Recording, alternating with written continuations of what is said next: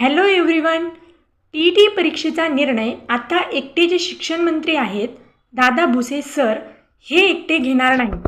तर मग हा निर्णय नेमका कोण घेणार या संदर्भात एक नवीन ताजी बातमी आपल्यासमोर आलेली आहे. तत्पूर्वी ही बातमी पाहण्या अगोदर आपण या चॅनलवर नवीन असाल तर अशाच बातम्यांसाठी आपल्या चॅनलला नक्की सबस्क्राईब करा. तर पाहूयात नेमकं न्यूजमध्ये काय सांगितलं गेलं आहे. टी परीक्षेचा निर्णय एकटे शिक्षण मंत्री दादा भुसे सर घेणार नाही. तर मग नेमकं कोण घेणार हे पहा, ही न्यूज आलेली आहे.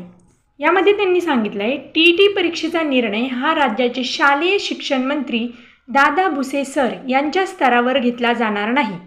तर मंत्रिमंडळात त्यावर चर्चा करून निर्णय घेतला जाईल असे राज्याचे उच्च व तंत्र शिक्षण मंत्री चंद्रकांत पाटील सर यांनी सांगितलेले आहे.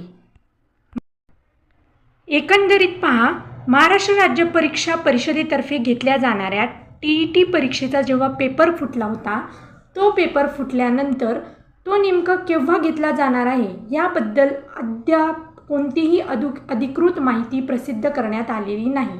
म्हणजे MHTETच्या साईटवरही अजून अशी कोणतीही माहिती नाही आहे. याबाबतचा जो निर्णय आहे तो शालेय शिक्षण मंत्री दादा भुसे सर यांच्या स्तरावरही आता होणार नाही. तर नेमका हा निर्णय कोण घेणार?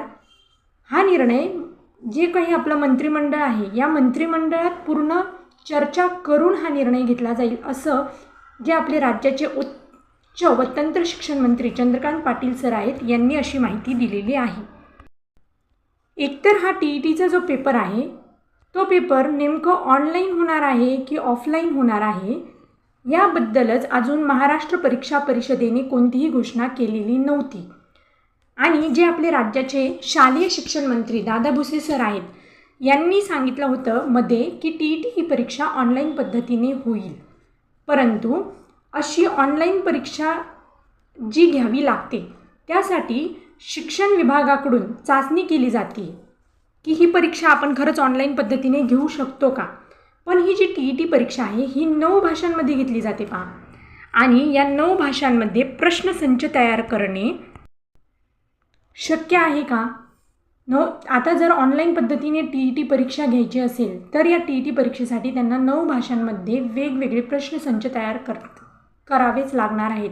याबद्दलही अजून कुठलीही स्पष्टता आलेली नाही. म्हणजेच एकंदरीत पहा, या न्यूजमधून आपल्याला हे समजतं आहे की जो काही पेपर फुटीमुळे रद्द झालेला TET परीक्षेचा निर्णय होता तो आता उच्च व तंत्र शिक्षण मंत्री चंद्रकांत पाटील सर यांनी सांगितलं आहे की तो एकटे जे आपले शिक्षण मंत्री आहेत दादा भुसे सर हे एकटे घेणार नाहीत. तर हा निर्णय आता मंत्रिमंडळामधून घेतला जाणार आहे. तसेच आता या निर्णयाकडे म्हणजे नेमका काय निर्णय येतो आहे यावर आता जे आपलं कोणी TETचे सगळे उमेदवार आहेत या सर्व उमेदवारांच्या नजरा फक्त या मंत्रिमंडळाच्या निर्णयाकडे आलेल्या आहेत. तुम्ही किंवा आम्ही सर्वच जण आपण TETची एकदम हे करतोय, वाट पाहतोय की कधी TETचा निर्णय येईल. एक तर ती ऑनलाईन होणार आहे की ऑफलाईन होणार आहे, त्याच्यानंतर ती नेमकं कधी होणार आहे यावरच आपण सर्वजण आता आशा लावून बसलेलो आहोत. तर होप सो लवकरच TET संदर्भात एक नवीन चांगली न्यूज आपल्यापर्यंत येईल. तोपर्यंत कनेक्ट राहा, चॅनल सबस्क्राईब करा, शेअर करा. थँक्यू.